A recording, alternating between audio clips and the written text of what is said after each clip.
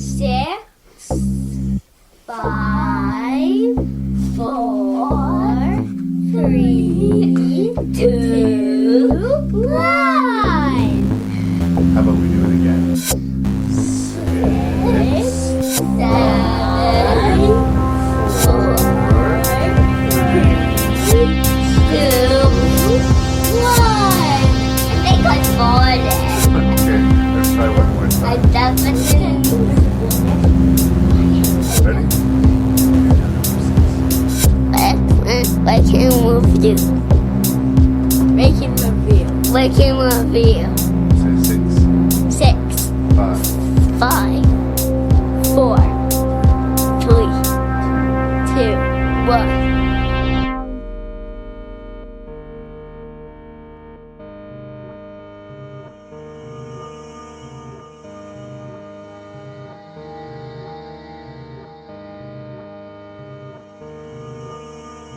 Hello, you found your way to the 95th episode of Rank and Review, and Ashley Pachkowski is returning to the show to do Subtitled Scares Volume 2. This is your host and random Canadian, as always, Larry Parsons, telling you thank you ever so much for listening to the podcast. I hope you enjoy this internationally themed episode, and if you have any feedback that you'd like to give me, I hope you give me that feedback. You can go to ranknreview@gmail.com. That's ranknreview@gmail.com. You can send me any feedback you have, any information you want to give me, any stories you want to tell, any episodes you want to suggest. I would really welcome any kind of feedback for Rank and Review. You can also find the show on iTunes, you can find the show on Facebook, and if you were to leave me a like on Facebook or a comment on Facebook, your host and Random Canadian will see that. I will actually watch and see those responses. And if you were leaving me a review on iTunes, give me a 4 or 5-star review. That's really helpful in getting new listeners to the podcast. You're genuinely helping me and the show if you do that, so I hope you give a thought to doing that. A mouse click for a like on Facebook is great for my morale. And like I said, a 2-sentence review on iTunes with 4 or 5 stars attached to it. That would be so appreciated. But enough of me trying to get you to do stuff for me. Let's settle in. Let's hear what Ashley has to say about 6 horror movies. It's your show. It's my show. You can't. It's your take show, it and you from can me. do what you want with it. So, Ashley Pachkowski. Hey, Larry. She's back, and she's better than ever. In the purely metaphorical sense. Yes. When last we spoke, we did the crazy 80s. Yeah. But way back when the Earth was still cooling. At the beginning of time. In Rank and Review history, we did an episode called Subtitled Scares, which I'm personally a big fan of. Which unfortunately iTunes users don't seem to be a huge fan of. When I do a link on the popularity of the episode, unfortunately, Subtitled Scares ranks dead last. We'll see how this one does. Like, maybe it's just me. Look, here's the thing, though. I don't care. I like Subtitled Scares. Me too. And as much as, I've had some pretty lowbrow stuff on the show lately, I like to pretend that I'm somewhat, cinematically literate and sophisticated in my approach to some of these films. And it's funny, we give foreign films more respect. We just do. Yeah. If it's got subtitles, it's somehow just better. If it's good enough to have crossed that language divide to a point where we even might see it, It must be good, right? Someone's going to take the time to translate this into English. Clearly, this is going to be amazing. Mm-hmm. Well, and that's the thing. Sometimes they're not amazing. I will concede that. There's a couple of lower points in this list for me. So I don't think overall it's as strong a list as the first Subtitled Scares, but it is a pretty interesting list. Mm-hmm. Mm-hmm. But I remember I talked to you on the phone like a week ago. I asked if we were still friends. Like, yes. I guess. Always. But I know that you're not typically big into the horror as a rule. You were sort of finding it later, right? Yeah. So I kind of feel like this time you got the deep end of the pool a little bit more. Very. So I don't know. We'll see if we're going to match or not. Yes and no. Yes and no. You've surprised me in the past I seem to remember a little movie called The Midnight Meat Train, which I was I worried... loved The Midnight Meat Train. Like, she's going to think I'm gross for making her watch this movie. And you're like, right on board. That is awesome. Is there anything you would like to say by way of introduction, or about Subtitled Scares, or about anything in particular? Nothing. I had such a good time reading movies. The first time I was on the podcast, when I was looking at, options of things to do again, I was like, yeah, this one. Well, I only had 2 Subtitled Scares, options from, episodes, but I'm creating a 3rd one. Sweet. So if you want to go around 3 on Subtitled Scares, you can, but you've used them all up so far, so I guess I have to get more movies. It's Ashley's fault, but I just have to get more movies. I'm so sorry, Larry, to have brought this terrible, terrible quest upon you. Well, it's a difficult world for collectors these days. HMV Canada's closing. I know. So where do I go to buy good movies? I've got Walmart and Best Buy in Saskatoon, and that just ain't gonna play it. No, you're stuck with the internet now. And yeah, I can order stuff online, but I like going through the stacks. I like finding stuff. Yeah. It's just not fair, Ashley. Especially movies like we're gonna talk about this week. They don't sell the pack or Shudder at Walmart. I've never seen it. I will never see it there. So it's a trying age for us collectors of the physical medium. Mm-hmm. But I realized that I'm a dinosaur. I'm like, when I was a kid, the weird perplexed way I would look at my uncle who had thousands of records. What are you doing with those records in a world of CDs? Mm-hmm. I don't know what I'm doing with Blu-rays and DVDs in this digital age, but I'm clinging to it. But your computer's never going to crash, so you lose them all. Yeah. There's that. There's that. And I don't trust Netflix. I don't trust all of these services. I don't. Mm-hmm. If I want to watch Jaws, I want to know I can just press play and watch Jaws, right? Fair. I'm not saying which service is holding it, but none of this is what we're here to discuss, Ashley, but... What we are here to discuss is 6 Subtitled Scares. We are going to discuss Night Watch from Timur Bekmambetov. This was supposed to be the first of a trilogy. Mm-hmm. It ended up just being 2 movies because Bekmambetov got sort of romanced over to the United States. Alas.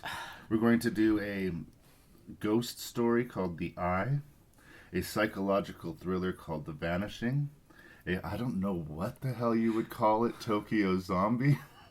We'll find a term when we talk about it. When we get there.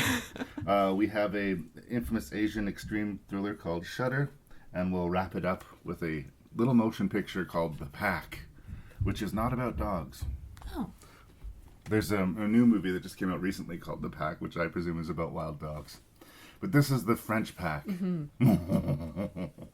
Let's do this, girl. Pack. Le Pack. Le Pack.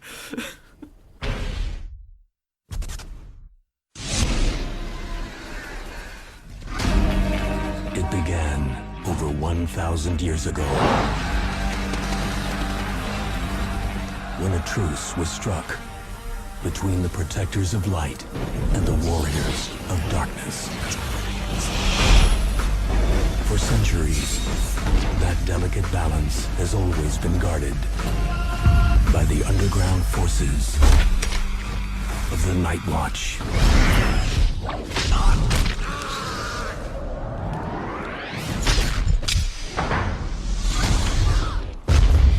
Today, on these streets, the balance of power is about to shift.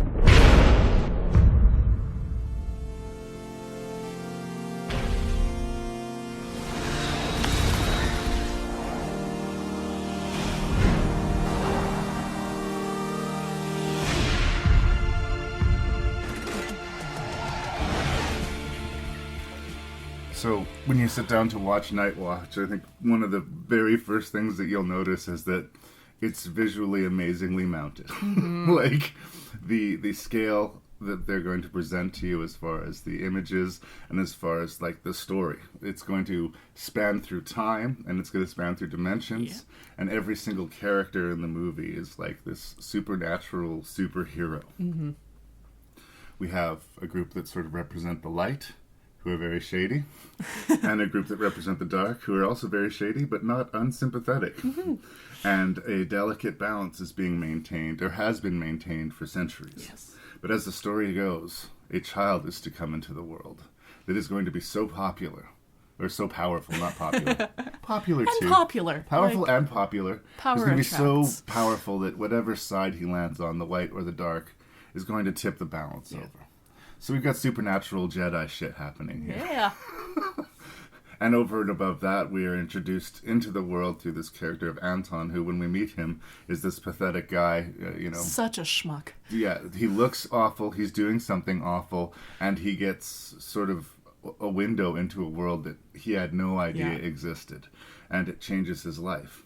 And not only does he find out, that he's one of these people, and he's going to be sort of enforcing for the light, but that his son is this foretold child, and what is to be done about it. So, that is Timur Bekmambetov's Night Watch.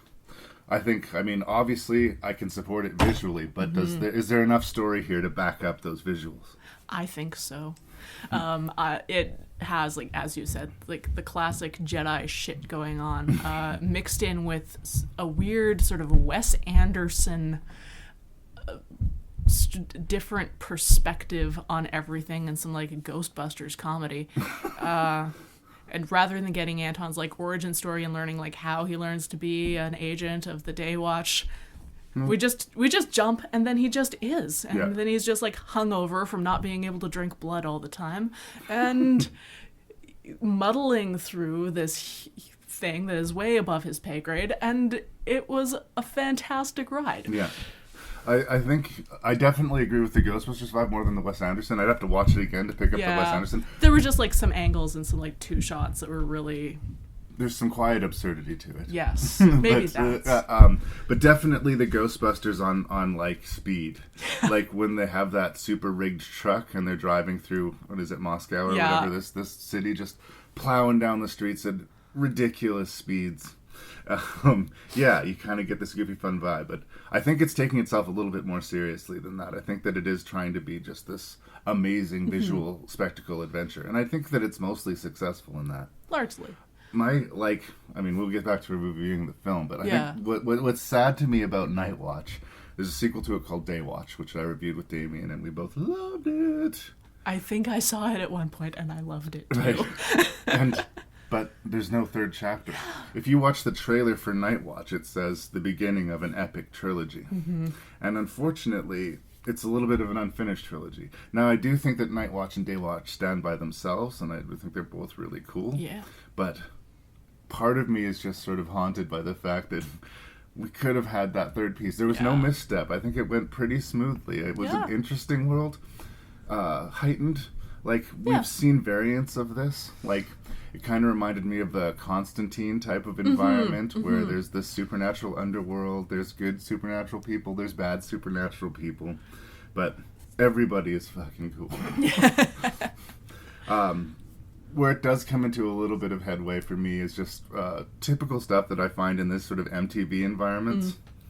Everybody's wearing sunglasses all of the time. Even though it's the Matrix. they exclusively do their work at night. There's just no reason for it. Like, they could have made up a reason for it, but they didn't, right?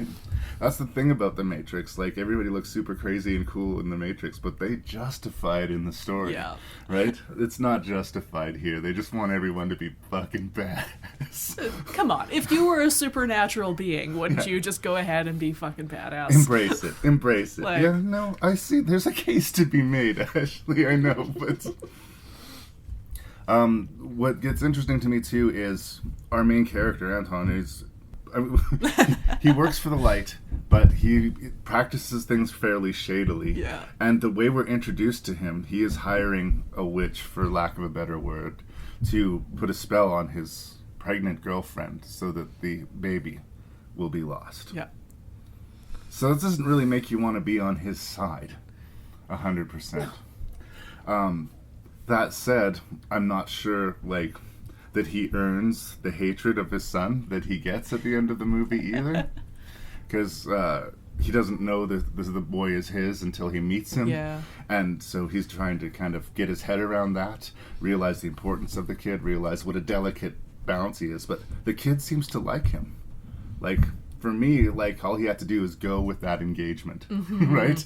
And he doesn't, because he's constantly rushing off to, you know, patch holes and whatever scenario's going on.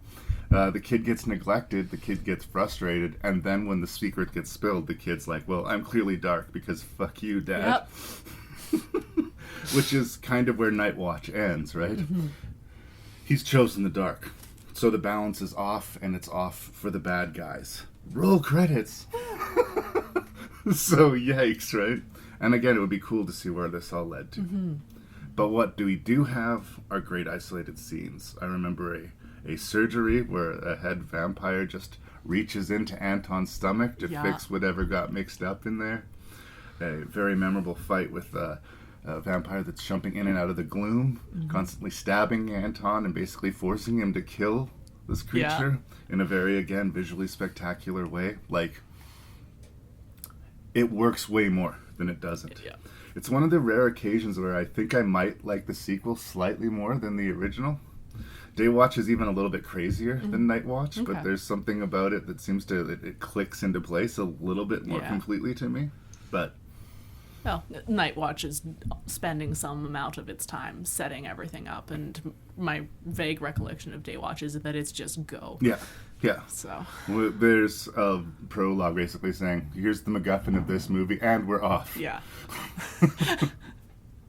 And I guess that's not dissimilar to the way this story begins, but I love that opening sequence. Super cool. Powers of good, powers of darkness, meeting on some epic bridge somewhere. 3,000-meter bridge. Yeah. Covered in a storm of crows. Just... that's the other interesting thing, an arguably anticlimactic thing, this vortex that's being created in the city. Where do you land there? Again, I think visually it's created quite cool. It's a funnel in the sky with all these birds spinning around it. It looks like a stationary tornado or something. Yeah. Supernatural violence. But it's basically all being caused by this one woman. I think this is the trade-off that happens. They find this one super powerful woman and they get her, claim her for the light, but they lose this boy. But I don't know, I had this moment when I was watching the movie where I wasn't sure when the climax actually happened of the movie. Like, she suddenly realized that she was causing the vortex, so then the vortex went away. Yeah. Like she had an epiphany. He made her realize that she'd cursed herself and she needed to forgive her so the vortex would go away, and that's when the vortex went away, I think. So is this movie just all about mental illness? We go around pretending that we're miserable or terrible and that's the dark, or we go around with this face saying we're super happy and everything's going to be cool and we're going to help you out, buddy. But really we're a little bit shaky and the truth lies somewhere in the middle. I don't know, but you don't have to think that deeply about it. Because the movie is just going to be continually dazzling you. It'll keep moving. It just keeps moving. You just keep moving with it. It's fine. That's right.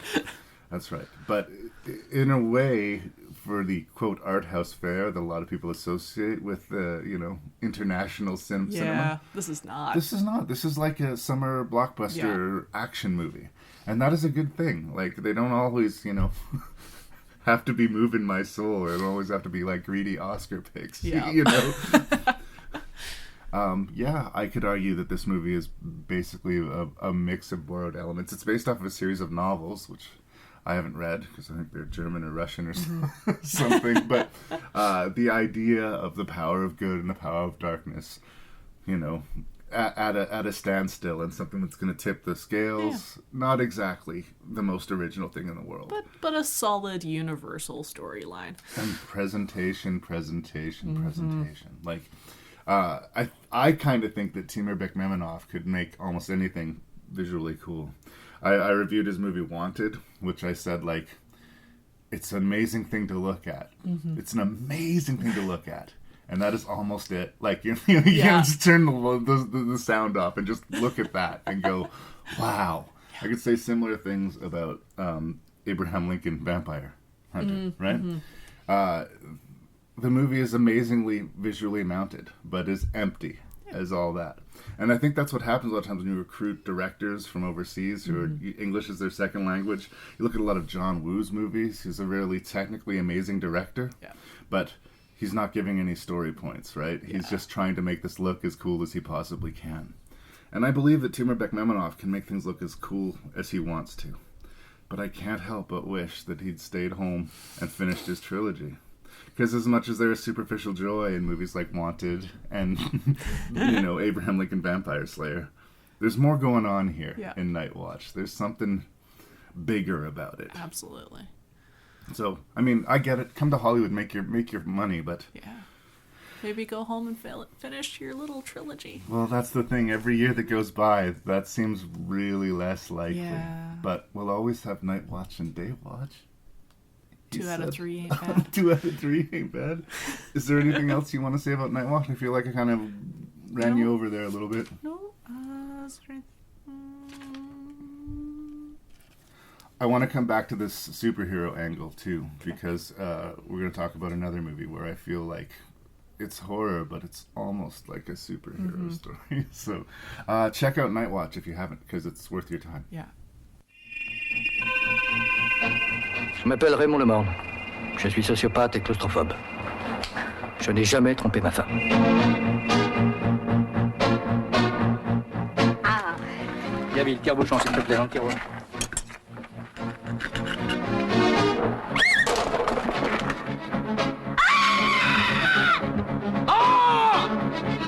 Mais je m'empresse de vous dire que pour moi, le pire, ce n'est pas tuer.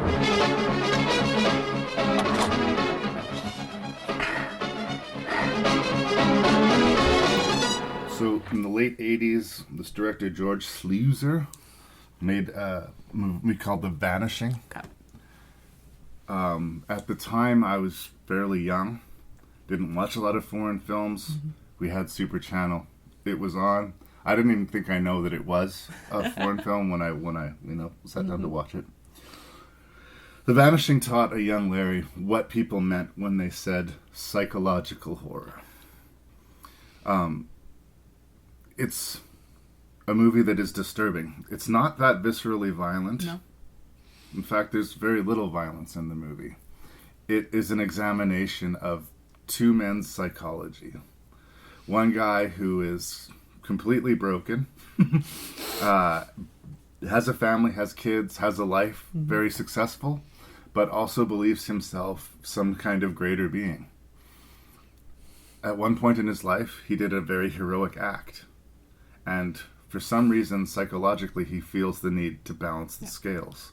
So having done a great thing, he decides to do a terrible thing.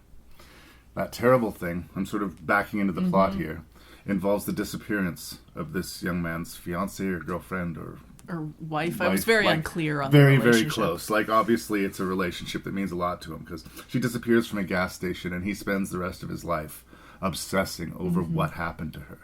It's as if she just got sucked out of the into the sky, like she just disappeared. Yep. And he is driven by this need to know what happened.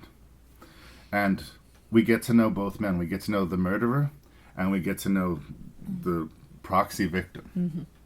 And we get to see these two things slowly come to a collision.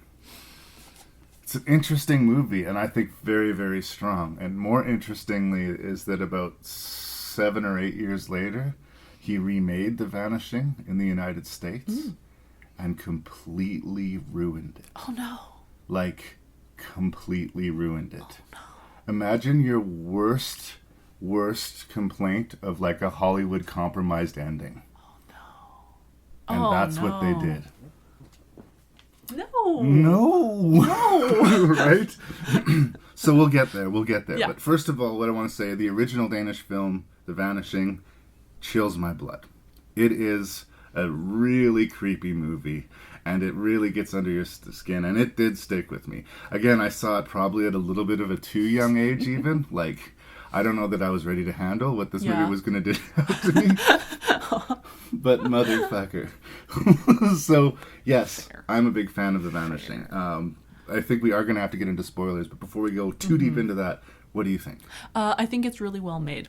Okay. I didn't didn't connect to it on an emotional level, and I feel like that's a problem, and maybe that's a me problem, and maybe that's a movie problem, and maybe that's a timing problem, and maybe that's a French film problem. I don't know. Who knows? Yeah. There are a multitude of factors that like might be, but I think that the story is very strong. I think that the setup is very strong. I think that the ending is amazing. Devastating. Just I'm so angry hearing about the remake now, because the ending saves the movie, if anything. Yeah.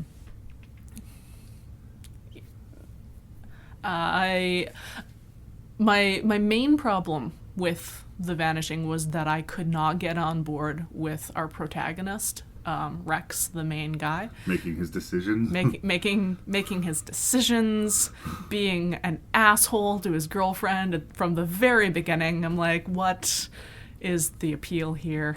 I don't understand it. So. A strangely common thread that we're going to see in these movies. The relationships being treated terribly. Both the men and the women treat each other terribly, generally speaking, awful. in these movies. But I think for me, that guilt, the fact that he was being a bit of a dick and making her run into the store and being kind of dismissive of it, kind of feeds into the guilt that he feels. Because his thing is, I need to know. I don't even, after a point, it's not even whether she's alive or dead. It's just not knowing is making him crazy. And that it's driving him crazy is sort of energizing our sociopath. Yeah. What's so creepy and interesting about the sociopath character, I'm sorry I can't remember any names right now, but he incorporates his family into his planning, right? He has a little picnic with his family out in the park, and his daughter opens the drawer, and he's put a bunch of spiders in there. So she screams. She screams at the top of her lungs. And then they have a screaming contest. Absolutely. It's like, hey, kids, let's have a screaming contest, right? He knows no one can hear them when they're out there. They can scream all they want. No one's going to hear them. And his family doesn't know that they're helping him do research for his... he's testing. Because the next day, he asks his neighbor, hey, did you hear? I was driving by. I heard some screams. Did you hear anything? He's like, no, nothing at all. It's like, check mark. Yeah. Perfect. Yeah. Or if not involving his family, just himself, like the chloroform, where he will drug himself. He'll soak the cloth in chloroform, breathe it in, hit the stopwatch, pass out, and when he wakes up, click it off. So that was about 40 minutes. That posted me up 40 minutes. Like, every part of his day, some part of his mind is working on this master plan. Yeah. And he reads to the rest of the world as a completely normal, completely pleasant person. And that is what makes it scary to me. That's what makes me believe it, because the cold truth, Ashley, is you don't know what's in my heart. I don't know what's in your heart. Right? And yet you've brought me to your to my creepy basement, not knowing what danger you might be in. But I'm sitting in the booth and you're sitting out of the booth. So if I was to attack you, you have a place to run. If you were to attack me, I'm screwed. But what I'm getting at, you don't know what's in people's heads and in their hearts. And that's what this movie does for me. It makes me look at people and saying, yeah, that's what you say. But what do you mean? The flip side of the coin, the psychosis that our protagonist has, is that he finally meets this man. This man shows up and says, tell you what, you want to know what happened to your girl? You can know. I can give you that. I can that itch that you've been trying to scratch all these years, I can give you that. But that means what happens to her happens to you. And the idiot says yes. And again, like, do you believe it? Do you not? It's one of those crux points in the movies. Like, I listen to a lot of podcasts, believe it or not, a lot of like people reviewing horror movies and stuff like that. And what I get frustrated sometimes is when people fight the plot. You're reviewing Pet Sematary, and you're like, why would they live in a house right next to the freeway like that? Didn't they expect their kid to get run over? Why would they like live so close to a pet cemetery that's so clearly evil? That's so fake. Like, yeah, maybe. But the story of the movie is there's a family that lives by a haunted cemetery and bad shit happens, right? The story here is this guy is obsessed with finding out what happened to his fiancée or whoever she was. And, I don't know. And I think to its credit, it's entirely believable that that's the choice he makes. we believe it at the time, less so in retrospect, but we, like him, don't know what he is in for. Yeah. We're going to go to Spoiler Town here. If you haven't seen The Vanishing, I really encourage you to watch it before you see this. But I kind of feel like the punch of the movie is the ending. Absolutely. One of the first things we learn about the sociopath is that he's a family man and a claustrophobe. He does not like tight spaces. Mm-hmm. And after saving this little girl from drowning, doing this great thing, in his head having to do a horrible thing would be to kill somebody. And in his head, the worst way that he could think to kill somebody would be to bury them alive. So our protagonist wakes up in a coffin, and he lights his lighter and realizes that this is where he is, and there is not a fucking thing he can do about it. Yep. And we pan up, and we see our sociopath having a picnic with his family over top of this fresh grave, and presumably the older grave of his girlfriend. Mm-hmm. And credits. And it's perfect. There's a large percentage of holy shit, right? Like, and it feeds in so well to the sociopath's methodology about everything. That he has found a murder technique that is not only like a terrible way to kill someone, but disposes of the body at the same time. Yeah. And I respect that kind of methodology. It's airtight, as it were. I'm terrible. That's terrible. That is so fucking horrifying, Ashley. Like, and again, it just absolutely kills your expectations in a lot of ways. Like, he's gonna. I think at that point we didn't necessarily believe he was going to rescue her. Years had gone by. She was gone, but he was going to somehow salve his wound. Mm-hmm. And, if that itch that he had in the back of his mind was gone when he woke up in that coffin, it was replaced by something much, much, much, much, much, much worse. So, can I tell you what happens in the American remake? Yeah. Kiefer Sutherland plays the guy who agrees to drink the coffee. Okay. Jeff the Dude Bridges plays the sociopath. And just like in the movie, Kiefer Sutherland wakes up in the coffin and starts scratching the lid and freaking out. And I think he's going to die. But his girlfriend, his new girlfriend, who in the original film broke up with him because he was so obsessed with his previous film, follows him and is able to not only dig him out before he dies, but to kill the Jeff Bridges character in an over-the-top, dramatic, cheesy thriller way while the score sings on. And I understand that there's a whole subgroup of people who would see the original ending and would just put them right off of their food, and would maybe even anger them. But when I saw the remake to The Vanishing, anger wasn't even the right word. It was outrageous. And it's the same director, the same guy came back and completely shat upon his own work. I'm sure he got a good payday out of it, and it was cool to work with a real cast. One of Sandra Bullock's first roles is the woman who disappears. There's cool faces in it, but don't. No. Sometimes you got to let that ending hit hard, you know? I don't think that Halloween would be as big as it was if, they killed Michael Myers and then the credits rolled, I don't think a lot of horror movies that have that uncertain ending, he's still out there. People like that exist. People who are deeply insane exist. And I don't know, what the screenwriter was going through that he managed to invent this absolutely horrifying scenario, but our psychopath or sociopath in this movie is it's more realistic than any psychopath I've encountered. I don't know, Kevin Spacey in Seven, these really elaborate, super hyper intelligent super killers. I don't even think he's super intelligent. It's that he spends his life obsessing about how to get away with this. And because so much of his life and energy is put into it, he does get away with it. And that's where the movie ends. That's where you roll the credits. That's where the movie stays with you. The original Haunting I find to be a very memorable and disturbing movie. Bordering on unpleasant, but I like the way we're handled by the filmmaker, and I like the sort of softness with which it's handled. Yeah. There's a weird restraint, low-key vibe to this story, but the story is being told is horror. Is there anything else you want to say about Vanishing again? I feel like I'm mowing over here. So, I'm just quiet today. It's worth a look. It is. Yeah.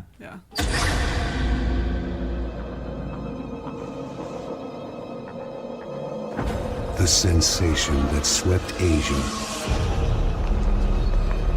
has come to haunt America.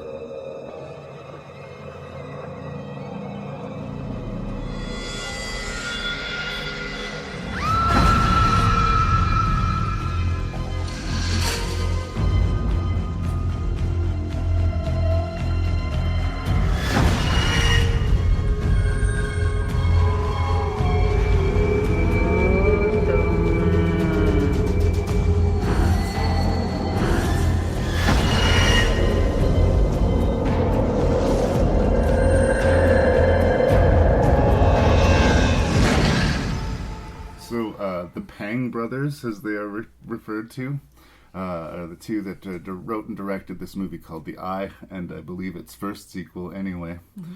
They worked in Saskatchewan.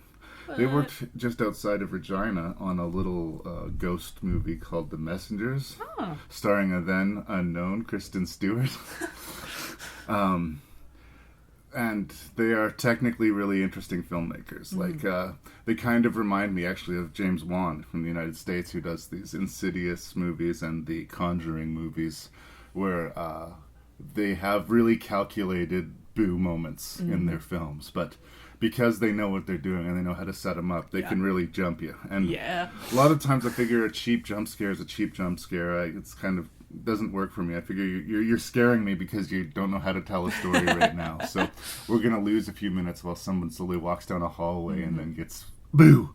You know, their cell phone goes off and they jump or whatever.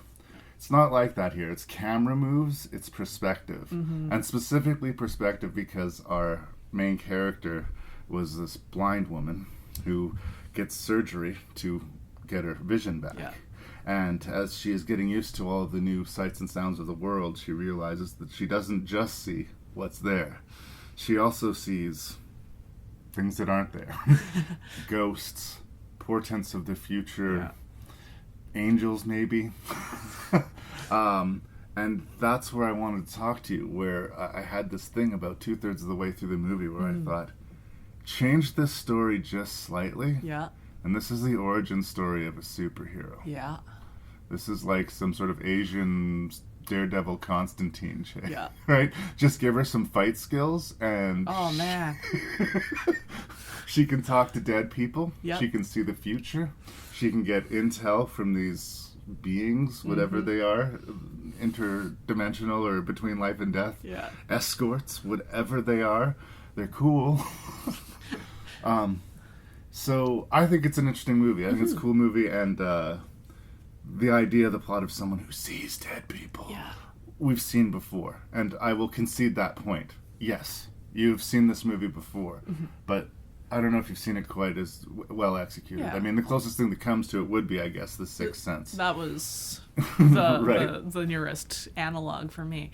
But it's so differently done. Yeah, and I think the blindness really helps us when we see her perspective on the world.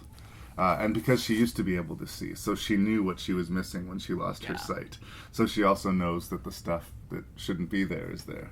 Because that's a whole other angle you could go. If she'd been blind her whole life. Oh, man. She'd have no idea. She'd be, like, casually trying to discuss the ghost woman licking her dead husband's foodstuffs, and someone would be like, the fuck are you talking about? Yeah, I think that maybe you hit your head a little harder than we realized, right? And that's the other thing it reminded me of. I'm totally failing my classics here, but there's the Greek myth about the woman who was given the gift of seeing the future, but the curse that no one would believe her. Cassandra? Let's say it's Cassandra. I think it's Cassandra. You seem like a sharp kid. I think it's Cassandra. Yeah, but taken to Agamemnon and telling the future, but no one will believe her. I can see ghosts. I can tell something terrible is going to happen. You really need to listen to me. No. And it's funny because when you see those scenes in a movie, usually you find them really frustrating. Yeah. Why don't you believe her? But you, me, probably anyone we know. Someone came up to me and said, I'm seeing dead people. And they're telling me that there's a catastrophe coming in the future, and we're gonna get in my car. I'm gonna take you to the hospital. We're gonna talk to some nice doctors, and That's they're right. gonna hook you up with some medication for that. That real gentle voice, the smile and the nod, and the Yep. slowly backing away from him. Slowly backing. It's authentic, but it's funny how frustrating we find it when we see it in a movie. You're just like, listen to her. Because we know they're telling the truth. But you and I wouldn't believe her, Ashley. Nope. So I've tipped my hand. I'm a fan of The Eye, but I'm here to hear what Ashley has to say. I also thought it was quite well done. It's wasn't a like terribly new story, as you said. Like, it No. felt like things, like a mash of a few things that I'd seen before. I kept along really well with it until like the third act, when they go to the hometown of the woman whose Donated eyes the had been eyes. donated, and they start like sixth sensing this poor ghost who's trapped in her own loop. And I'm like, okay, this is cool. This is a detective story, and you're gonna find out what this is and what you're dealing with, and then they find this thing, they find out what's going on with her, and they solve that. I'm like, okay, that's great. That's a perfectly satisfactory ending. And then there were about 2 more endings after that, and it lost me. Yeah, we saw the ghost. We understand what led to her fate, but that doesn't necessarily solve her problem. Yeah.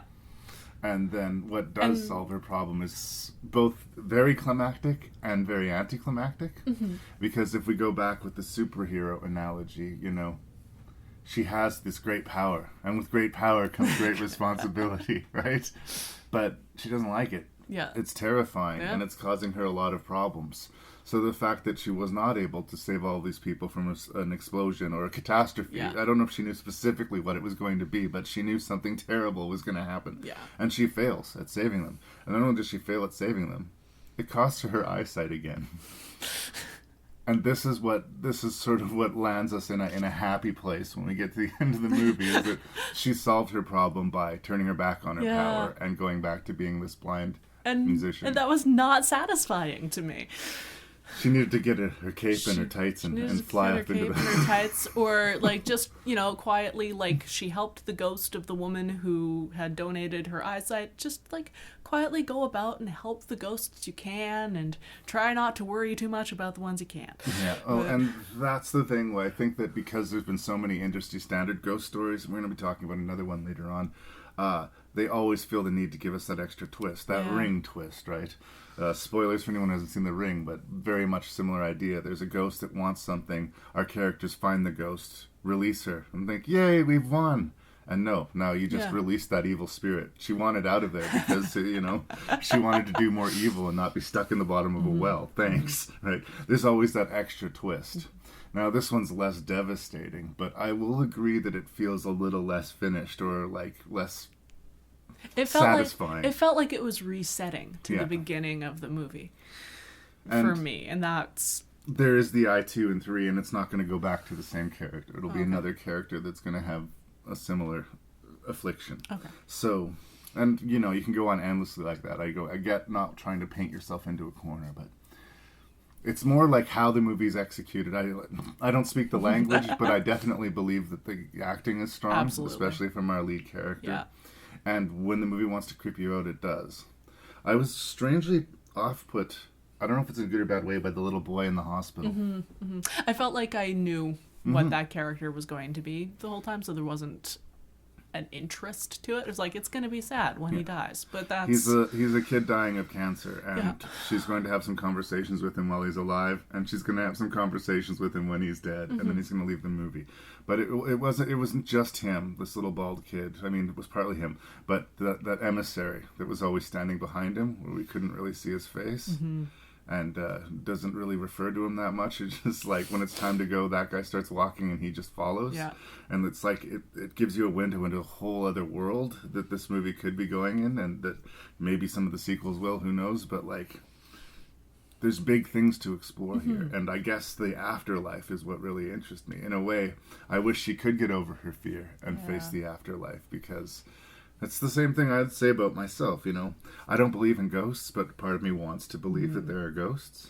But there's that other part of me that says if I walked into that room and said, oh shit, there's a ghost, like, what would that do to me? Yeah. What would that do to me? Like, would I be able to, like, speak to this thing? Would I, like, just leave a cartoon human-shaped hole in the wall as I bleed? Like, would I just completely lose my mind? Just my reality would be so broken? There's a lot of interesting things to go with here. And what this movie has for you is boo! Yeah. And I think it would have been a little bit more interesting if we got past the boo. But that said, the Pang brothers, they can bring the boo. So, I'm a fan. Yeah. I'm a fan. Yeah. I did, like, as you said, the scares were a lot of jump scares, but I didn't resent them because they were well done. And usually, not always, but usually not false scares. Yeah. Usually when she jumped, there was something scary there. Yeah. It's the random cat jumping out of the hamper shit. Pisses me off. Or the cell phone going off, or the friend showing up and inexplicably, oh, I was trying to tell you something, just like showing up out of nowhere to just make us. That shit pisses me off. Where I will give them points with the eyes, they earned their scares. They earned their scares. And there is some real technical expertise. And these are the type of great filmmakers that we get to work in Saskatchewan before our premier destroyed the film industry. Once upon a time. Oh, so long ago. Just wanted to sharpen my axe on Brad Wall's head just a little bit there because I know he's a big fan of the podcast. Yeah, I don't know what else I want to say about the eye. Is there anything else you want to say? I feel like we've talked about the eye. Okay, there it is. Boom.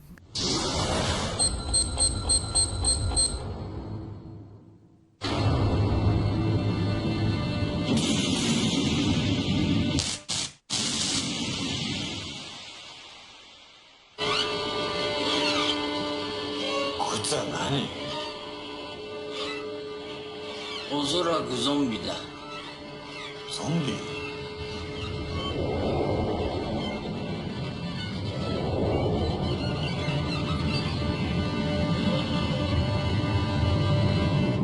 東京ゾンビ。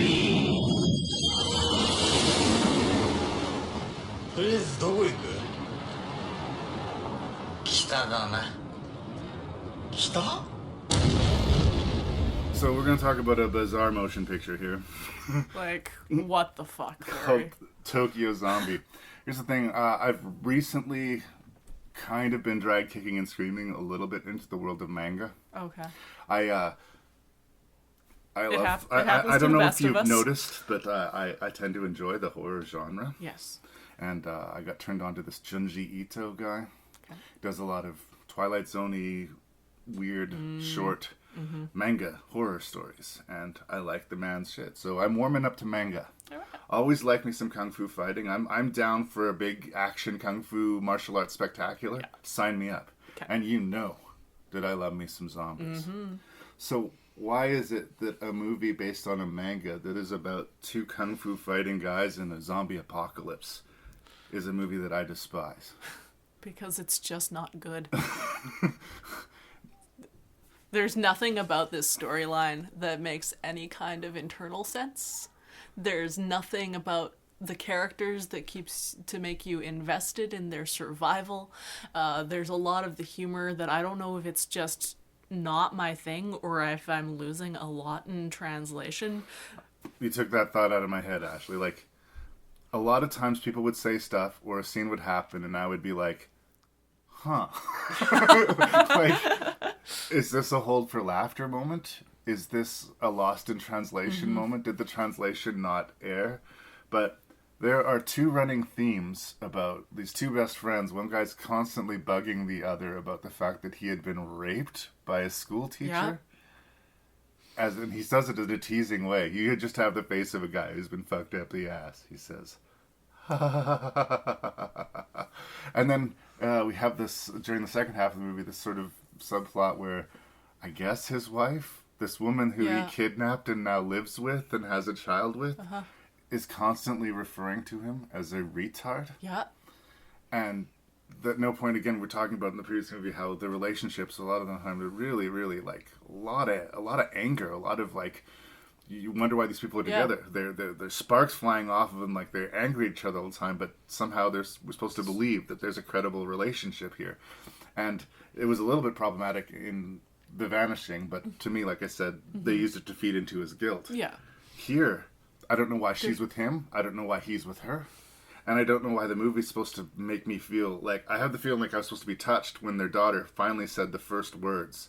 And she told her dad to shut up, retard. And this was supposed to be not just a funny moment, but kind of like a charming and like heartwarming one. What the fuck? What the fuck? And like... There's a scene early in the movie where the guy's like disposing of a body of a little boy, and he's like disappointed that the boy's dead because otherwise he could have sex with it. Again, I'm not sure if that was supposed to be funny or not. Like I think it was. I think there were so many like jokes and scenes based around adult men being complete perverts that must be a thing. Mustn't it? I don't know. And then, so I tried to get my head around it. It's like, okay, this movie's smarter than I am. There's something going on here that I'm missing. And then I started thinking about these two guys, and I guess if there's a plot, these two guys work at some sort of factory next to a giant garbage heap. Yeah. But they don't really work. They just spend all day practicing their martial arts on each other. And they're rolling around on the floor, wrestling each other, sweating, grunting, and making fun of each other for being fags. Right?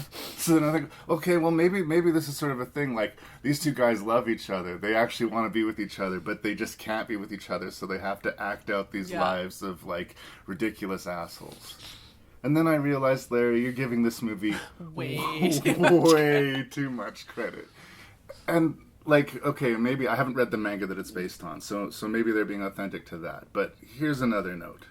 If it's a real important character trait to one of the main characters of the movie that they're bald, get an actor who's willing to shave his head or hire a bald actor. Yeah. The fact that this dude was wearing like the worst bald cap for the whole movie and that everyone was just on board for this. It was like, if he's not committed enough to shave his head, then hire somebody else. No, it was like a 2-hour-long Saturday Night Live skit that just went off the rails.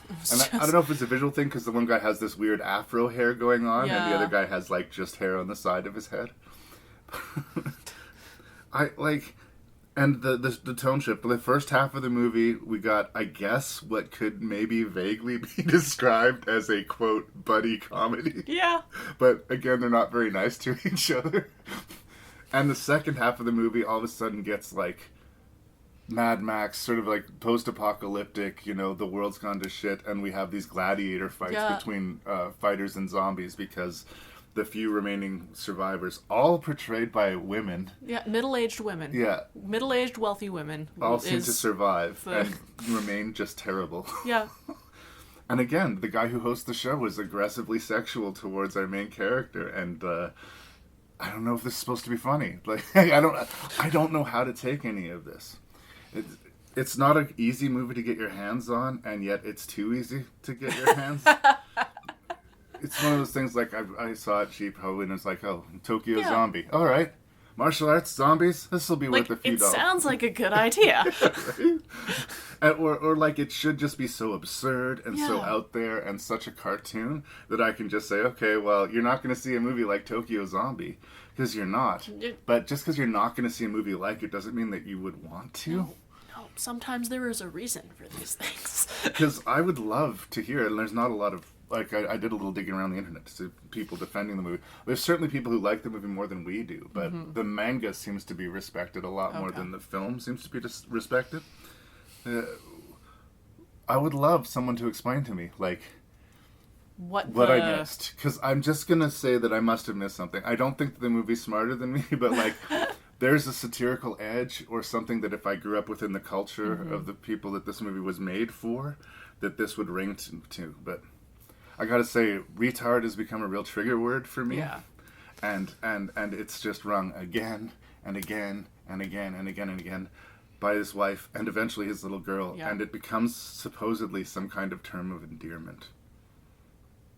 I wish that I was right, that this was like an Asian Brokeback Mountain. And that when they were fighting each other in the midst of that zombie thing, they realized the truth of who each other were. Oh, man. And the fight turned into an embrace. And all the women watching the fight just were like, what is happening? Right? It would have all been so worthwhile. It reminds me of, I'm not a wrestling fan. I don't know if you've ever had a boyfriend or someone who made you watch wrestling or something like this, but before a match, a lot of times they'll have this like face-off between the wrestlers where they get really macho and get right in each other's grill. And just once, Ashley, just once, I want to see these two great men in spandex get nose to nose and just get it fucking over. Just work that shit out. If not in the ring, in the bedroom. That might have been the one thing that could have salvaged Tokyo Zombie. Because it's post-apocalyptic, zombie, martial arts, humor. I like all of those things. I'm warming up to manga. I'm dyslexic, so reading left to right is okay. Right? I kind of figured it was a safe bet when I picked it up. Now that DVDs are so dirt cheap, like I can spend $2 or $3 on a movie I haven't seen and not really feel like I'm gambling too much of a risk, right? Please, please do not watch Tokyo Zombie. It's an ugly, unfunny experience. I don't even know that it's technically well executed. Like, I have a feeling like there was some budget to the movie, but like there's a weird clownish aspect to it. When one guy jumps out of a car into a river, he makes this little Bugs Bunny sproing sound when he hops out of the car. One scene will be asked to be just laughing and rolling around and thinking that it's hilarious. The next scene, deadly serious. When I say that they kidnap this woman who becomes his wife, that's pretty much the case. That is literally what happens. He rescues her. She's in danger when they first see him. But the bald guy, kills the people who are threatening her, and then literally scoops her up, throws her in a fireman carry, and runs to the car, and basically says, "We're going to take her with us to Russia." That's not romance. No. That's kidnapping. It absolutely was. And she was in no danger. Well, not once the zombies were gone. Not once the zombies were gone. And then she stays with this guy. And she has a kid with this guy. Yeah. And she refers to him as a retard. And he fights zombies all day to supply them their living. And she spends her day just actively hating his guts. Like, I don't know. There's nothing to hold on to here. If it was a bromantic comedy, like I said, I might be able to say, there's some stuff lost in translation, but it was pretty bold that they went there. But they didn't go there. They didn't. Yeah. There was no point to this movie. Agreed. ฝากหัวใจให้กันเอาไว้ก่อนที่เราจะต้องห่างเหินไป เพื่อว่าเราลำบากอยู่บนรถ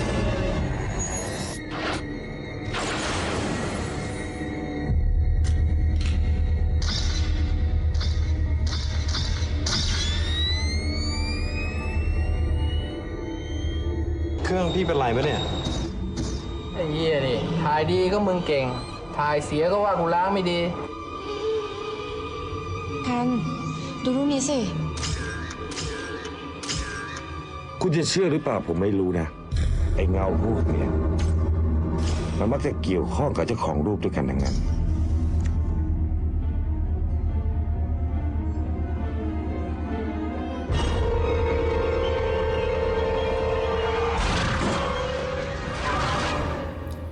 So Shudder is probably the most, I guess, in quotations, typical ghost story that we've encountered out of this list of movies. Yeah. And as I've reviewed a lot of ghost stories for the podcast, that's a good and bad thing. Okay. In the early aughts, or sort of coming around this time, where the Ringu, like we said, were coming out, we had a lot of supernatural thrillers coming out of this area of the world, and a lot that specifically seemed to deal with modern technology as a window into the supernatural world. In The Ring, it's a VHS tape, or the operation in the eye. In this case, we have a photographer and his girlfriend who are coming back from some sort of wedding party or something, where all of his asshole friends are hanging out talking about being assholes. A lot of proud assholes in this group of 6 movies. Anyway, they hit a woman on the road with their vehicle. And in the panic of the moment, or so it seems, he encourages her to keep just going. keep going, and we're drunk. We've made a real mess for ourselves. Subsequent to that, he discovers images within his photographs he's taking of some of his friends, and just random images where phantom ghostly images are starting to happen, and his friends are starting to die these mysterious, terrible deaths. And what could this be? What spirit must be appeased? And his girlfriend becomes obsessed with finding out who this figure in all of his photographs is. Which makes sense, and especially because she was driving the car, so she feels personal responsibility. And I think it's that twist in the movie that works for me the most. The fact that she's running on an engine of guilt of something that she believes that she has done wrong. And that the reversal of the movie is that the wrong that is done was not by her. Yes. It was by, not completely unsurprisingly, her boyfriend, the photographer, to which most of the supernatural activity has been centered. Yes. Again, the execution here is what really makes it work. I think some of the images are really, really strong. Yeah. But I also like this idea, and if it comes off a little bit sexist, I apologize, but it's really possible to meet the wrong woman. Like, the wrong woman. And she does not deserve what happens to her. I'm not making that case at all, but there is something absolutely chilling about the revenge being dealt out. There is. So I like Shudder, and again, sort of like I was saying with The Eye, it's a movie made out of a bunch of familiar elements, but it does stand alone by itself. It's very strong. It's very strong, and it is a lot of, like, even I as a relative noob to the horror thing, do see that there's a lot of elements that have been used or were used, but they're combined so solidly in this film. Like, I'm getting chills just thinking about it again.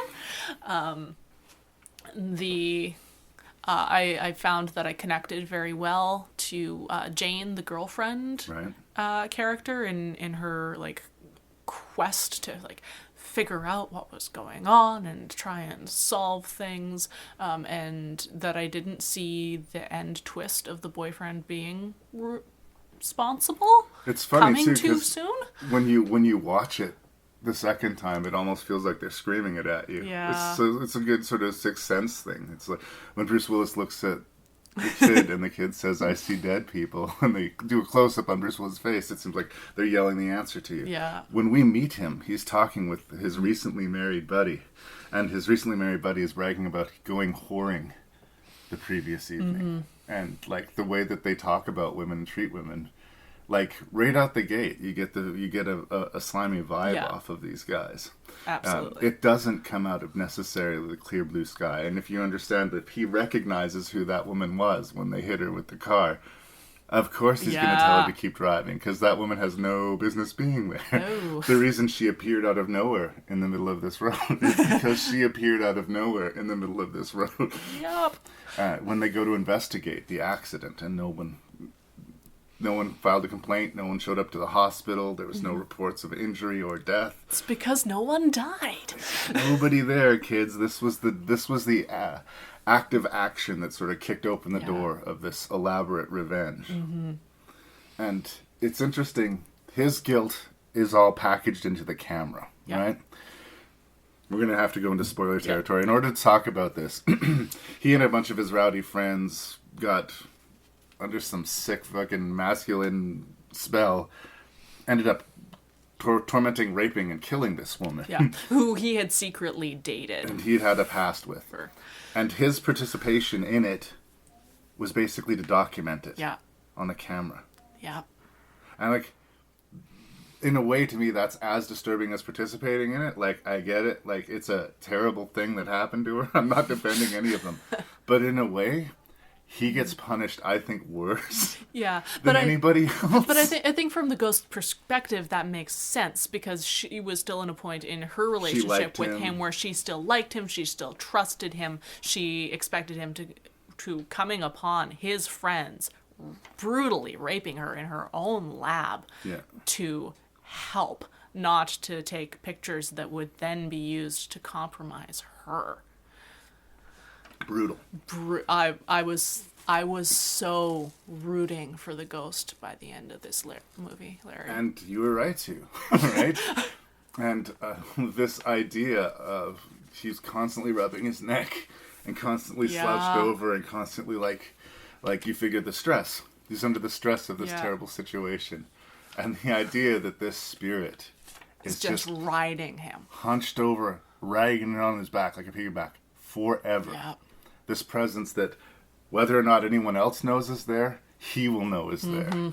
A physical representation of his worst sin perched on his shoulders like a fucking gargoyle forever. Yikes. Yeah. The other guys were just killed, and in a way, like, that seems like, okay, fair enough. I'm a horrible rapist. I probably shouldn't be walking around in the world, you know.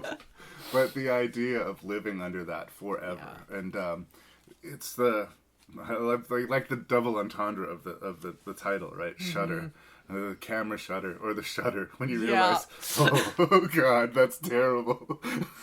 That's a terrible fate. The hero of the movie is our female protagonist, and we kind of, I don't know, because we're just bound to that tradition. The dude's going to be there to help solve problems. Nope. Actually, he caused all of the problems. 100% his fault, and it's arguable that he deserves his fate, but there's something so powerful about that last image where I can't say that I feel sorry for him, but like it's chilling. It's just bad. No, that she doesn't, that the ghost doesn't even kill him. No. That she jumps him off a building so that he has to live with deficits and her beside him for the rest of his natural life. And the one girl that he might have actually felt something for sees who he is. Yeah. Rightful comeuppance, I say. No, absolutely. No tears are shed for this guy. Yeah.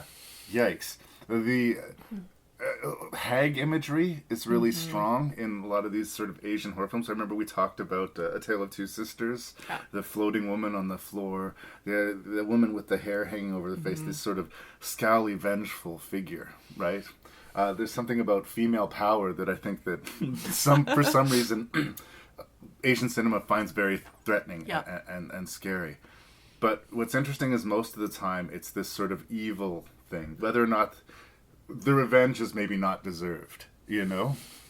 The difference with Shudder is that this spirit is carrying out evil acts, but she righteously deserves vengeance. Yeah. Like, she was fucking wronged. Yep. And she may be doing evil things, but if she's evil, she was made into something evil.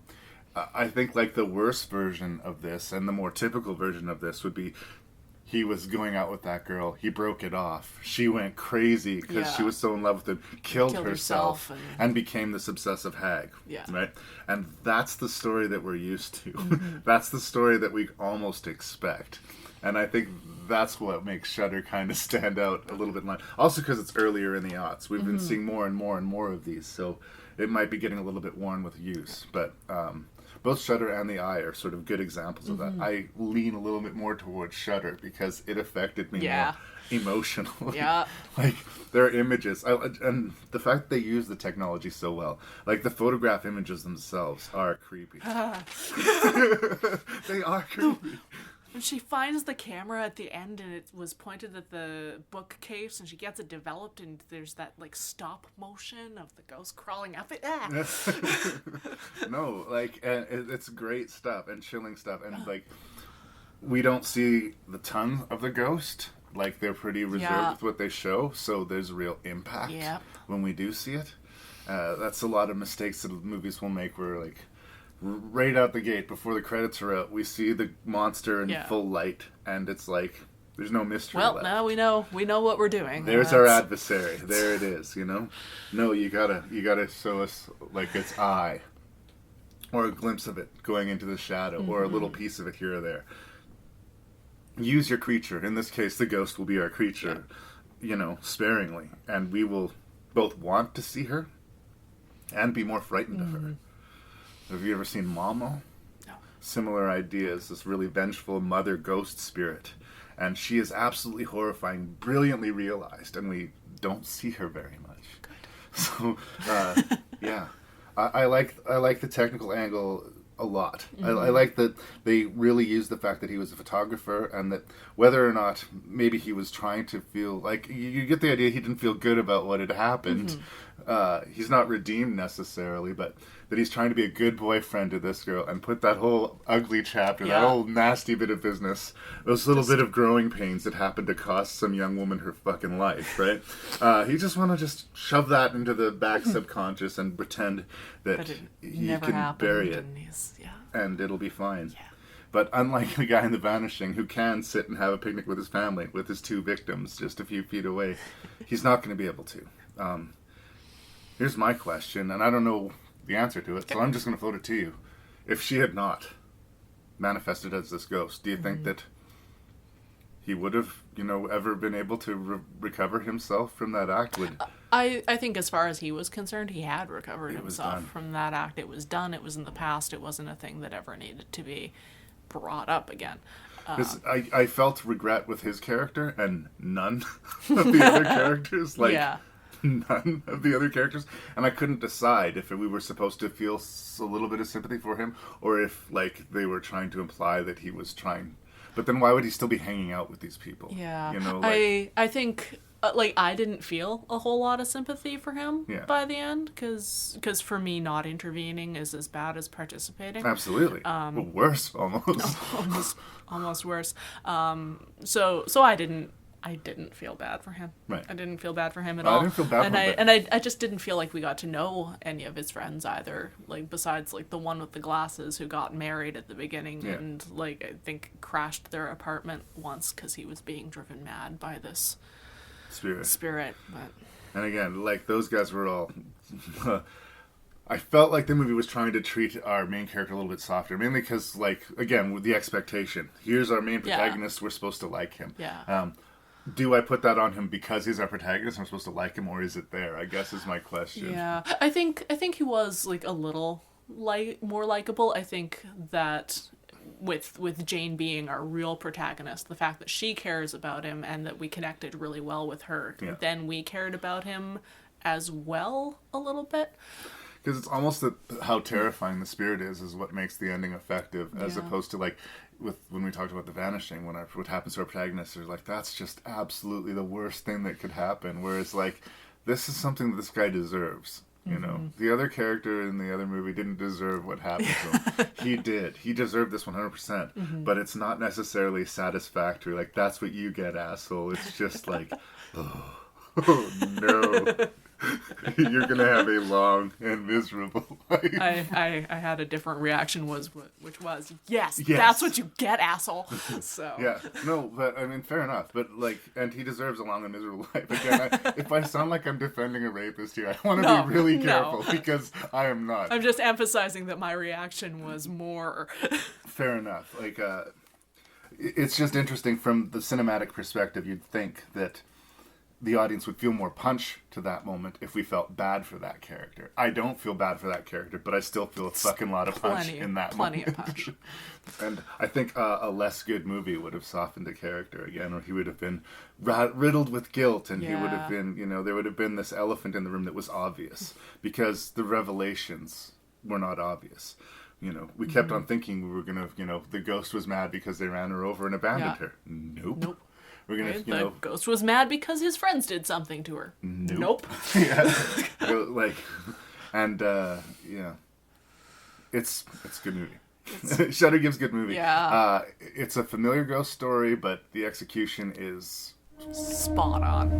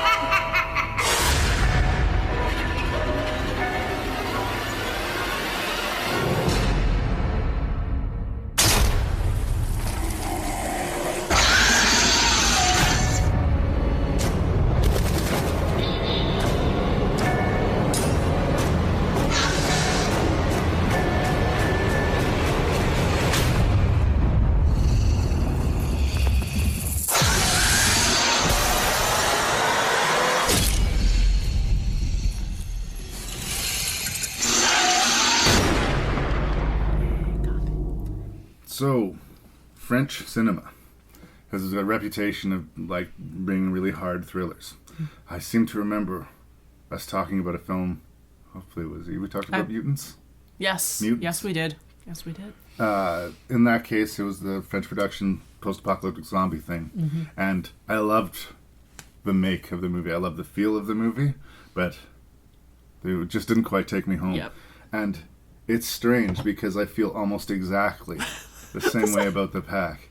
I understand why people have a lot of respect for these like hard French thrillers, and I definitely understand how this is in that club. It's a little bit of a kind of French Texas Chainsaw Massacre thing. This pretty cool, pretty tough female protagonist picks up a hitchhiker, which you're not supposed to do in horror movies. But she doesn't know she's in a horror movie yet. So... She starts being charmed with him and liking him, which is also flags. She ends up pulling into this really disgusting diner/scrapyard. Yeah. And her, passenger disappears. And instead of shrugging it off, she decides to investigate and thus opens herself up into a whole world of terrifying, terrifying horrors. Instead of a family of cannibals, it's a family that, I guess, keeps a pet group of demons or some kind in the backyard. That Monster mutant They things? periodically feed them people that they've kidnapped from the restaurant. We're told that the main woman who runs the restaurant was driven mad because her sons died in a mine. And there's a story about, corpses left to lie in mud for too long will turn into these terrible creatures. So maybe in her head she's doing this to take care of her kids, but the performance given by that woman is so hateful. It's fucking hilariously, gives no shits. Not at all. Just. And that's where I land. Like, her character doesn't give a shit at all about, she will do anything to you with a big smile on her face. Yeah. And she doesn't even hate you. It's not personal. No. It's not personal at all. She tries to keep in her good sort of merry mood while she's doing things. She just needs food. Human food for her kids. Yeah. That's all. But the whole series of terrible things that she does to her, force feeding her that bile through the hose and and to what purpose? Prepping her for this ritual was the only thing that I could do. But her detached sort of view on the whole perspective, I think, is mirrored a little bit in the production. It almost feels like this sort of detached scientific eye is watching this movie take place. Like, we're supposed to be not emotional about what we're watching. We're watching this with sort of a distant indifference. Even when the score comes in, which is a fairly traditional horror movie score, it's way quieter. Like, you'd expect it to be full up during the sequence, but the music is soft and in the background. The camera moves aren't quick. They're slow, even during the action scenes. It's like, this is what happens. This is a cold, methodical study on how someone sacrifices a person to demons. And that's basically the movie. Yeah. That's basically the movie. And I will give high fives all around to the production value, and I think that the actors are strong. I think the story works, although it does kind of feel like a little pointless at the end, like where we start to where we end up. So I'm going to give high praise to the production value and the cast. I think that the script and the perspective almost deliberately keeps pulling me out of the movie. Yeah. So mixed review on The Pack for me, but what does Ashley think? So I was super on board with this movie for the first 2/3 probably. And then they escaped from the paddock where the mother had been holding this girl, and they teamed up with the biker gang who tried to rape them in the second scene, and that was probably about where it started to lose me. Yeah, because of, I guess, the evil that she was subjected to, I mean, you're forced to get your friends wherever you can in that position. The bikers, the only reason that I bought that is they were immediately adjacent to where she was, and they were armed. Yeah. So... No. And like I thought they did earn like teaming up with the biker gang. It was an odd choice, but I could see it. But her character had been sort of shown to be tough and to be savvy. Yeah. And her trusting the son of this woman, the guy who she picked up in her car, who led her to this place so that this would happen to her, I did not buy. No sense. Did not buy it at all. And the movie didn't really give me that scene where I understood why she bought it. I think he was playing it as a guy he's raised by this crazy woman, and he's seen this so much that this is just what we do. Well, but it's not like his mom, she's mad and thinks this is the way business is done. Mm-hmm. I think on some level he knows that what's happening here is terrible. Yeah. But he has been so traumatized through his entire life that no emotions really register on his face. She tells him this huge, elaborate, kind of dirty joke at the beginning of the movie. Mm-hmm. And that's the closest to an emotion that we get, is he kind of breathes out his nose and nods to acknowledge the punchline of the joke that she just told him. But he's not particularly nice to her. He's got this weird, spooky aloofness that maybe some women could confuse with attractive. But he's nice looking. Even she woke up in the cage, she wouldn't have known that he was involved. But when he saw him walk into the room and talk to his mom while she's in the cage, and him not even fucking acknowledge her, no, you're off the friends list. In fact, you're off the friends list, and you're on I want to fucking kill you list. And then I got lost at the ending, which is, I am not a person who gets lost in movies very often, but I wasn't sure whether our female protagonist had then teamed up with this guy and was living with him as his That's not how I interpreted it. Or if that was some weird fever dream she was having as she was finally hanging up, bleeding out to be fed to the mud monsters.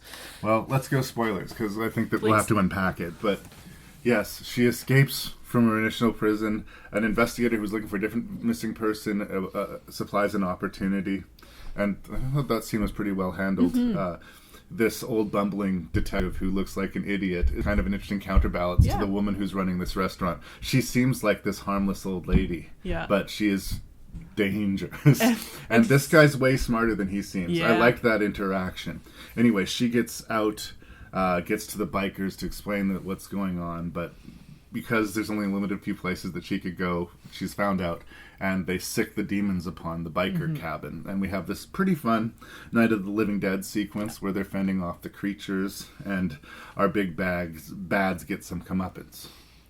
But then things get a little bit hairy. Yeah. She does this ninja dive out the window, she hurts herself, and I remember thinking, I like that. I like that she didn't just dive out the window, brush herself off, and run like you see in so many movies. Yeah. She ran with this weird sort of cowboy hobble to her, like she'd unhinged her hip something in the fall. So she wasn't running super fast, but she was still running. So I could buy that the creatures were able to catch up to her.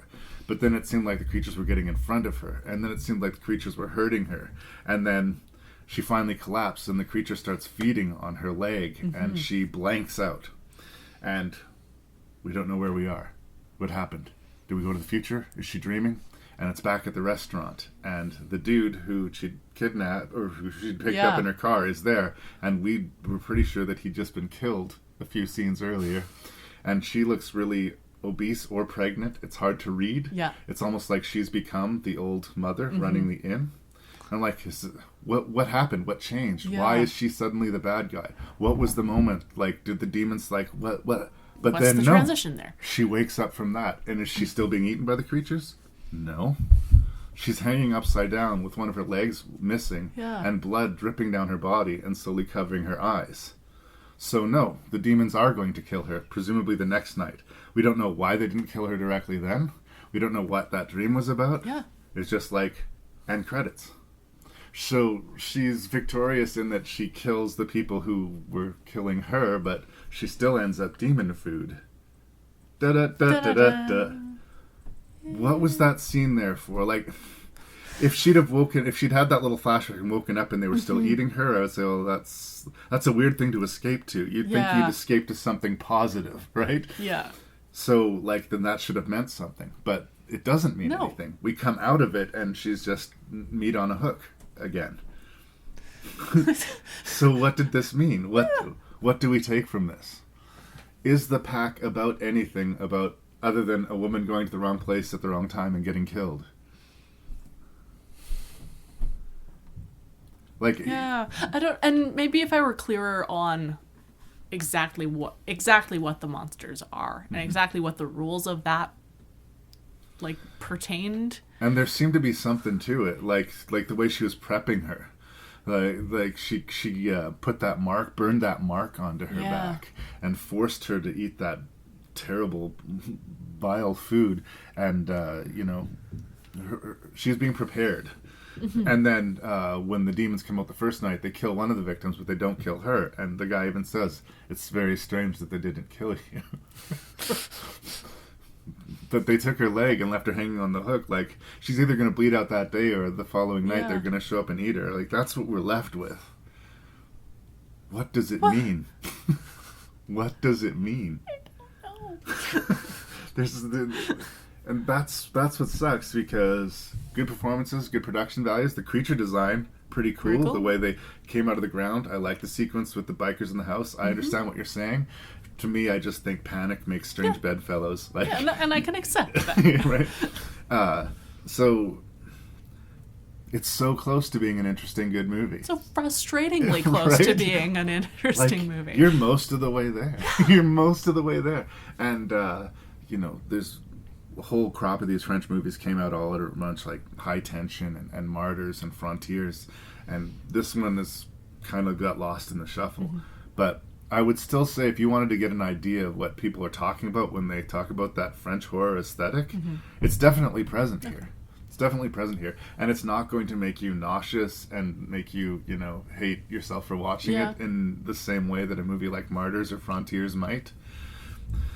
So, as hard as it is, it's a softer French horror movie. So if you wanted to sort of splash your feet in the water and you're okay with the...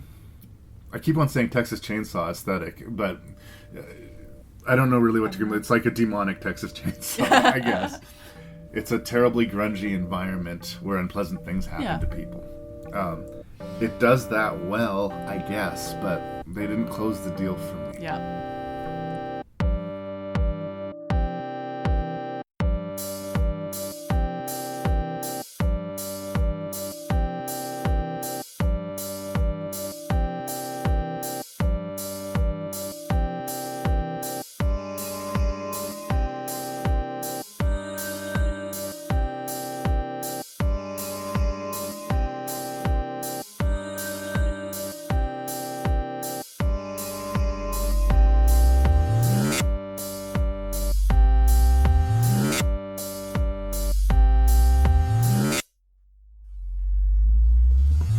Look at us go, Ashley. We just burned through those subtitled scares. We know what we're doing.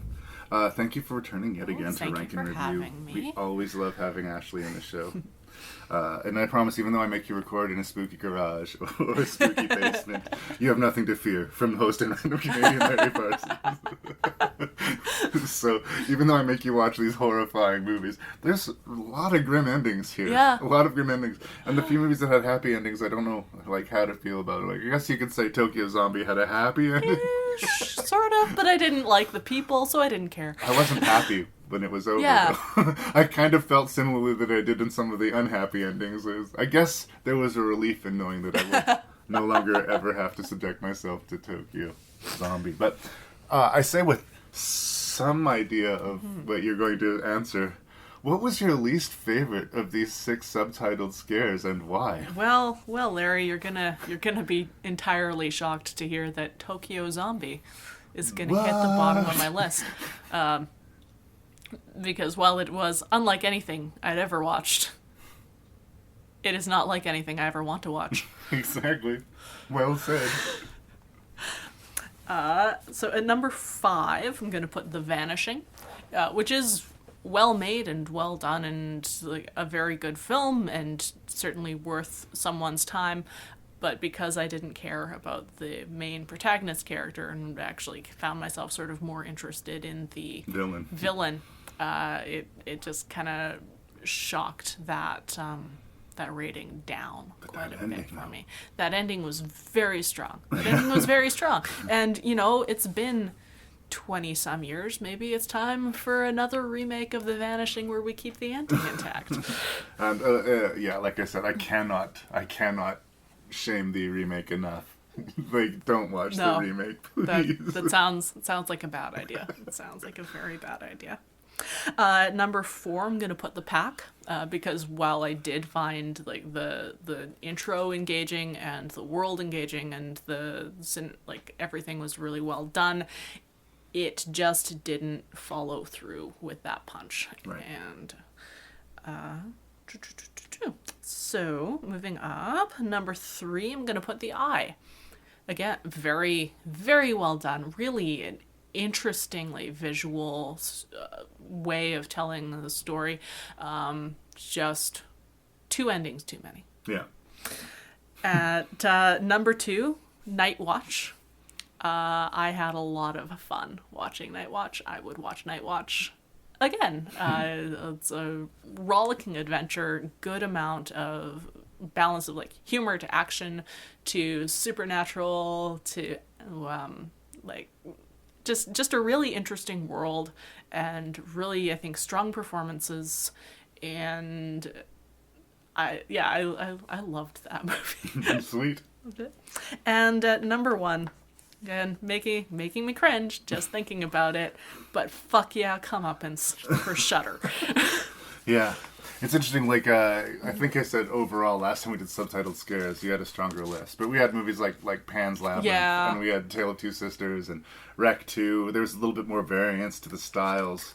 For the most part, I would say, if you're a cinephile, if you like horror movies, with the exception of the 6th place ranking Tokyo Zombie, there's enough good in these movies that I think that they are worthy of looking. Like, I wasn't crazy about The Pack, but I don't think anybody involved in that movie was, everybody was in the right line of work.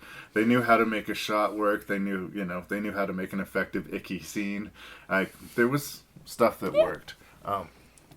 If you like movies, you like horror movies, and you want to have a little more international favor, 5 out of 6 of these are worth your time. Yeah. But Tokyo Zombie is a festering ball of shit. I wish I could sugarcoat it more than that. Like, but don't, because if someone encounters this thing and sees the packaging, it looks so much fun. This would be amazing. Right? This should be so good. And like I said, I think that it's a little bit telling that it's not super easy to get your hands on a copy of this, and that people love the manga and make excuses for the movie. I am not going to make an excuse for that movie. I thought it was terrible. So, do not watch Tokyo Zombie. I think I've made my point pretty clear on that. In 5th place, I put The Pack. Not quite, but we're really close other than this. And again, it's a matter of degrees. I do agree with you that it goes off the rails in the last few minutes. But it really is the last few minutes. Like... and I was really frustrated with her choosing to trust her kidnapper, like, more so than the bikers. To me, the bikers was a choice made out of desperation. Okay. Like, she's coming and there's a bunch of evil right behind her, so maybe she'll have to deal with the bikers, but the bikers are going to have to deal with what's behind her first. But yeah, again, the strange detached approach to the movie took me out of it so that I didn't feel things too greatly emotionally, and maybe that's good in that I wasn't devastated by the bleak ending, but it's worse in that it just kept me less engaged. I think I would be more, if I was more scared for people, I would have felt more watching the movie. Keep an eye out on those French thrillers, though. There's something really brutal about the way they handle specifically violence and the cinematography. There's a feel to those French thrillers that is strong. All the way in 4th place is where I put The Eye. And there's nothing really wrong with The Eye. It's a very familiar ghost story. We've seen, I See Dead People movies before.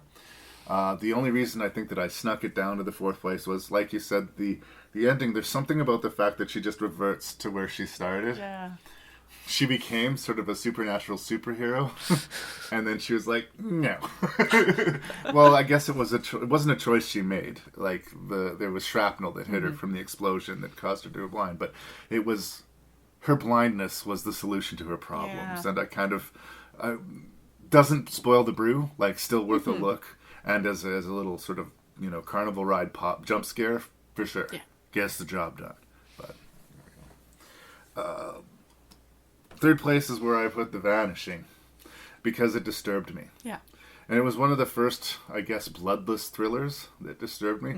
At that age, I would have been way into the things like Nightmare on Elm Street, the Halloween franchise, Friday the 13th franchise, full of things that were forbidden to me, right? So The Vanishing really doesn't have a lot of that. It's not particularly sexual. There's violence happens in it, but it's not a violent movie. The attack is psychological. Yeah. And this movie stuck with me. This movie stuck with me so much that, like I said, I was made angry by the remake because they fucked it up so thoroughly. But I do think it's a very effective movie. And as far as how Hollywood likes to treat crazy people, like either they're like just completely over the top crazy, or they're like super Machiavellian, hyper intelligent, sees 10 moves ahead of you all of the time, right? The scary thing about the killer in The Vanishing is how normal he is. This guy could be your dad or your uncle. Yeah. And that's fucking scary to me. So there it is in third place. I can understand. It feels like a 1989 movie too. It's also, of all the movies in the set, I think it feels older somehow. But it's got teeth to it. It does. In second place, Night Watch. Visual spectacle, like wall to wall, like you don't tend to see or expect in foreign films for some reason. They're totally capable of pouring millions of dollars into a production. They don't do it as often as the Excited States will, but it's kind of cool to see that and that slant on it. And I didn't have any of the lost in translation issues that I did with Tokyo Zombie. Like, if there was a joke that was specific to the city or to the audience, it either went by so quickly that I didn't register it, or, you know, I just interpreted it as something else. Just a glib comment made by a character. But the world is full of details, and you know that it's a bigger world than what we're seeing. And we get more in Daywatch, and we were supposed to get more in the third chapter, but let's just hope. Let's put our energy towards that happening. And, you know, go out and appreciate what we have. That Night Watch secures the second position. And then, I'm going to agree with you that Shudder is number one. A lot of familiar aspects to this story. A lot of, a spirit who was wronged in her death, wanting to get revenge. We've seen it before. Not like this. Not as creepy as this. And that sort of turn in your stomach when you realize that our protagonist is our villain. Because I think we're just trained to trust our protagonist, that we're going to like this guy and he's going to work shit out. And then it turns out we don't like this guy, and the way shit's going to work out for him is for him to live a life of brutal torment. Credits. But it's not as familiar or unsatisfying as The Eye, and it's not as sort of lo-fi and cold as The Vanishing. The top two were probably the ones that I had the biggest struggle with. I think that there's a little bit more... There's definitely more going on in Night Watch, but there's something a little bit more serious about Shudder. There's just an awful clarity to Shudder. Yeah, but they're close. They're close. Definitely watch the top two. Feel free to check out the top five. Avoid at all costs Tokyo Zombie. I don't think I've said it enough times. Avoid at all costs. This has been a public service announcement. Avoid watching Tokyo Zombie. Avoid watching Tokyo Zombie. Ashley Pachkowski. Larry. Is there anything that you would like to say to the kids on the internet before we part company today? Just keep listening. Keep this going, because it's a good time for everybody. We do love the rank and review. I know I like rank and review. And we're coming up on the 100th episode, which is exciting. Can I ask your opinion on something? Yeah. So I'm coming up on the 100th episode, and I'm trying to figure out, I know I'm going to do a double episode on the 100th episode, but when we go on to 101 or whatever, I was thinking of, either putting a donation button, doing something on Patreon, or even, t-shirts or some kind of swag. I'm not looking to turn a profit off of R&R, but it's starting to cost me a little bit of money in internet feed, and I've done 100 episodes for free. But I'm also a hypocrite, because I listen to a lot of podcasts and almost never donate to any podcast. So what do you think? That's a good idea? Yeah, no, I think there's absolutely no harm in doing that. I listen to quite a few podcasts that do like Patreon, so it's like they're still podcasting, it's still out there, it's still free, but if you want to, if you are so inclined, then there's like an easy option to help keep things going. And that's nice. I don't know, like I can't imagine selling a lot of R&R t-shirts or coffee mugs. Well, that'd be cool, but I don't think I'm there yet. But you know, I don't know. Like if I had a donation page and said, if you had it in you, throw me 25 cents an episode, a quarter an episode. Yeah. How'd that feel? You know, I don't know. It's just something I've been thinking about, or you know, because the show is going to turn 100 soon. Yeah. So should I mix it up a little bit? Do you think I've been having this sort of thing where I like to draw a line around 2 hours? Mm-hmm. Should I just let it be as long as it wants to be, or should I, you know, stay disciplined? I don't know. I think the shape and face of R&R might shift a little bit. Cool. And I'm looking for feedback. Cool. You got nothing. I got a whole lot of nothing. I'm like, 2 hours is like a nice amount of time that I know I can dedicate to listening to a podcast. But on the other hand, more time of listening to Larry and his friends talk about movies. Well, for now, you can find Rankin Review on Facebook and on iTunes. You can send me feedback at rankinreview@gmail.com, RANKNREVIEW. And if you want to send a message to Ashley, I can pass it on to her as well.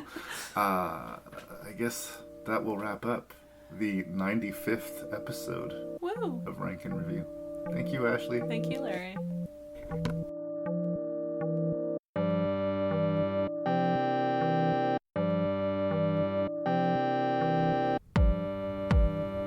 So that was a quick and mean little episode of Rankin Review. A lot of grim fates were explored this episode. I'd like to once again thank Ashley Pachkowski for joining me. I know some of these movies are maybe a little bit out of her normal viewing habits, so she's introducing herself to new things through the podcast, which is what I really like to hear, which was sort of what I imagine my audience might be doing. If you discovered a movie because of Rankin Review, please do tell me about it. Send me that feedback. Please send me any feedback you have. Find the show on Facebook. Find the show on iTunes. And just know that I appreciate all the people that take the time to listen to Rankin Review. We're coming toward the 100th episode, kids, so I guess now is as good a time as any to get that megaphone out and sell Rankin Review. I'm proud of this show. So please help me spread the word.